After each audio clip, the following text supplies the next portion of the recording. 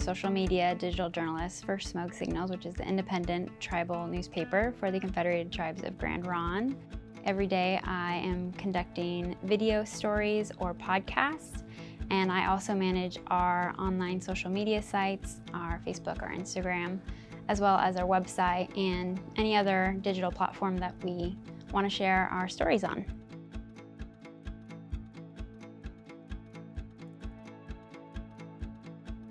I graduated from Western Washington University with a double major in communications and public relations, so not even technically journalism. I was trying to go into public relations originally. So I was in the public relations program, which was under the journalism department in my school, and part of my degree requirement was to work for the newspaper.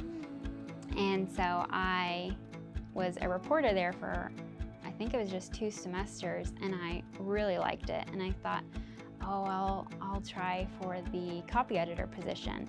And that's when I was introduced to the newsroom, which is a really cool environment, and I think is what drew me to a lot of, my ideas of journalism, is that sense of community of everyone working together towards one goal and making sure it's our best because our name's going to be on it. Public relations was the avenue I wanted to go. The journalism department had the public relations inside of it, and so I was on the newspaper for several years actually, and I really liked it. So after I graduated college, I went back to my hometown, Vancouver, Washington, to look for a job, and the tribal newspaper just coincidentally, I think 3 weeks after I graduated, posted an opening for their newspaper as a digital journalist position, and I thought, oh, I'll just apply and see how it goes. It'd be kind of cool to move out there. And I think I was the only one that interviewed for that position, and I was qualified enough, so I got that job in 2019, and I have been here ever since. And my job has changed a little bit. I mean, it was during COVID time especially, was a different experience, but I've been able to learn a lot more, especially on the job. So when I went to school, the newspaper was strictly just a written newspaper. I think we had video options and photography, but it wasn't what I was focused on. And so when I got here, I learned a lot about camera work and editing. I didn't know how to work a lot of the editing software, and so as much as I am thankful for my degree, I also went to YouTube University and learned a lot about just how to use the software and making sure that everything worked well.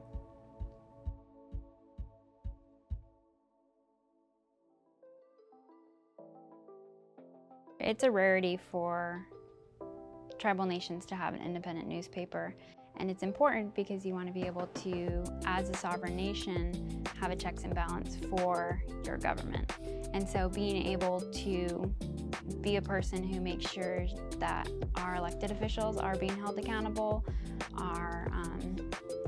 it's an important job, and we don't take it lightly. But for the most part, our stories aren't trying to find anything bad about anyone. It's mostly sharing cool events happening around here. Like I said, we had our first fish ceremony. We have powwow this weekend. It's mostly just covering events and tribal life around the reservation.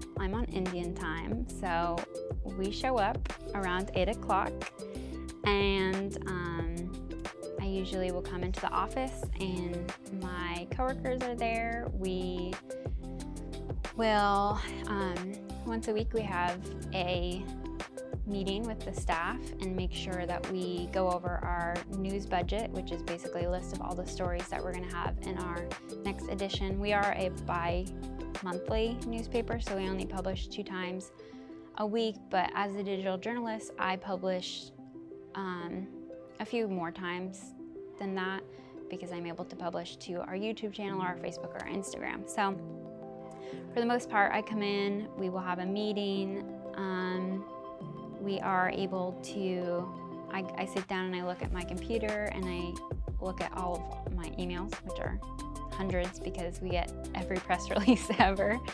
And I will go through our social media, make sure we've caught up to any messages, and then I will sit down and start the hours and hours of editing if I have a video that I need to finish. Oftentimes there are events that we go cover, so throughout the day I'll get a break to go outside and go film something or do interviews, and then my day is pretty much over around 4 o'clock, and that's a pretty good day.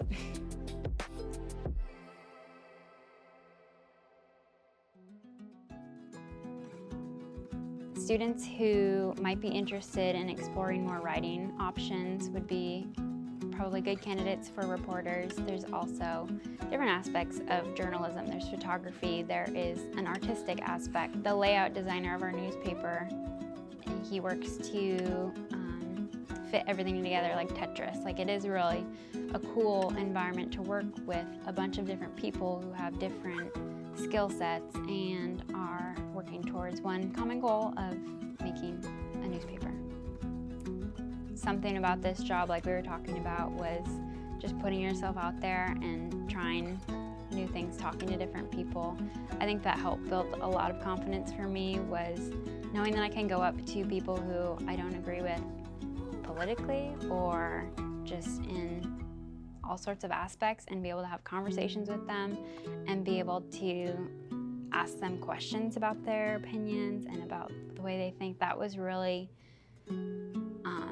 a confidence building experience for me, was just trying to talk to people and feeling okay with talking to them because I have the right to be there just as much as they do.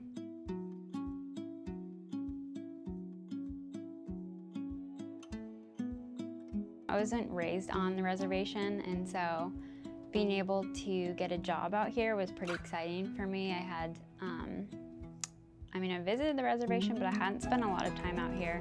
So being able to move out here and come and live near the reservation and work closely with that community, I felt like I was gaining a lot more understanding of my people, obviously being on the ground with them, but yeah, and then just being able to share their story. I think it is, going back to your question earlier, now that I remember it,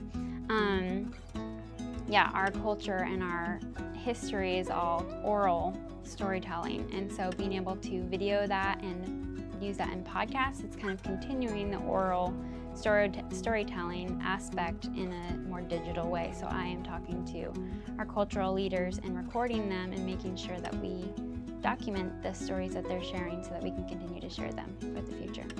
I feel like it's definitely, as a tribal member, more people are more accepting of talking to me.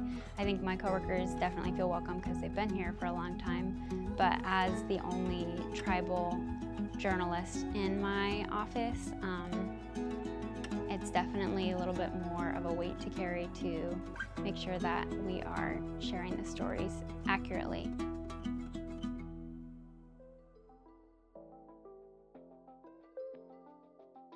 A lot of times it's a little bit challenging to go into a space and be like, yeah, I'm Native. And people go, oh, are you really? Like, how much are you? That's always a question people ask, how much Native are you? And it's like, I don't look Native. I look blonde and white skin, and I don't have the traditional kind of stereotypical Native look that most people assume we have.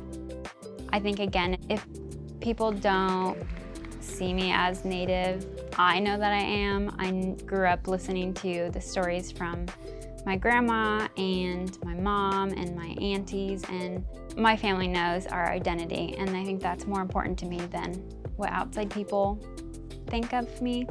And I think especially, again, around the tribe, a lot of us don't look the traditional Native part anymore. All of our blood is diluted. It's not a matter of what you look like. It's if you are brought up with our cultural beliefs and you care about it, I think that's more important for around here.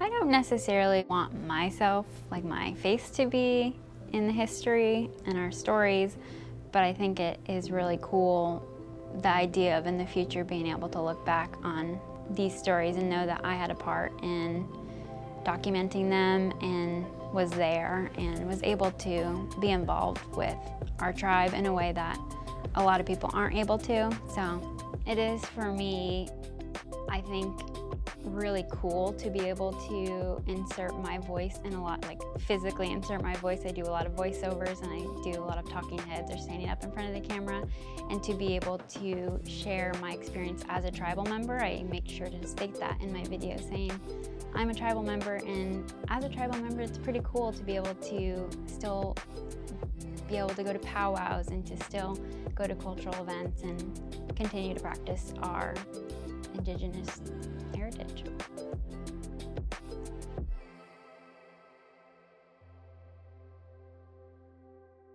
In the tribe, we often are listening to the stories of our elders, and to be able to go to these events and learn our culture and be an involved tribal member. I am hopeful that I will get to be an elder one day and be able to share these experiences with my kids and my grandkids and the rest of my family. So I do make sure to take things to heart and make sure that we are able to continue the Grand Ronde tribe for a long, long time.